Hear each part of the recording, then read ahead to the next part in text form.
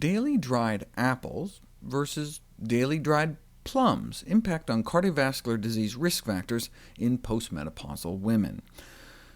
First thing I thought was the study funded by the U.S. Apple Association or the International Prune Association? I could bet what the results would be, but turns out neither. Just our taxpayer dollars hard at work. Great. So what'd they find?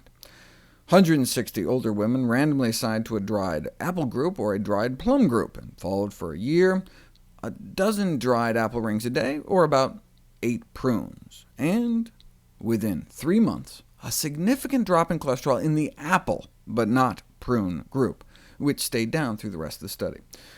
In terms of inflammation, both dried fruit regimens lowered C-reactive protein levels about the same, though perhaps prunes may have caused a quicker decrease in inflammation, whereas dried apples may result in a greater decrease overall. 12 apple rings is equivalent to eating about 2 apples a day. They think that the cholesterol-lowering properties of apples may be due to its unique pectin fiber composition, which may increase fecal excretion of bile, though the apple phytonutrients themselves, even without the fiber, appear to lower cholesterol on their own. What about dried figs? The California Fig Board did not want to be left out, sponsors of both Fig Fest and Fig Feast, as well as this recent study. 14 figs a day. That's a lot of figs for 5 weeks, and nothing. Daily consumption of figs did not reduce bad cholesterol. And finally, what about dates? 4 or 5 dates a day for a month. And again, nothing. Though if anything, they did tend to bring down triglyceride levels a bit, which is surprising given the sugar content in dates.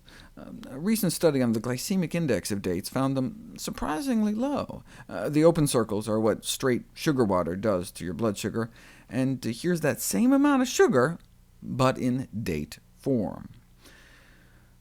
Dates beat out other common fruits in terms of containing more vitamins and more minerals, in fact touted as the richest source of dietary minerals, but because they're dried, they have about 5 times more calories than fresh fruits, ounce per ounce.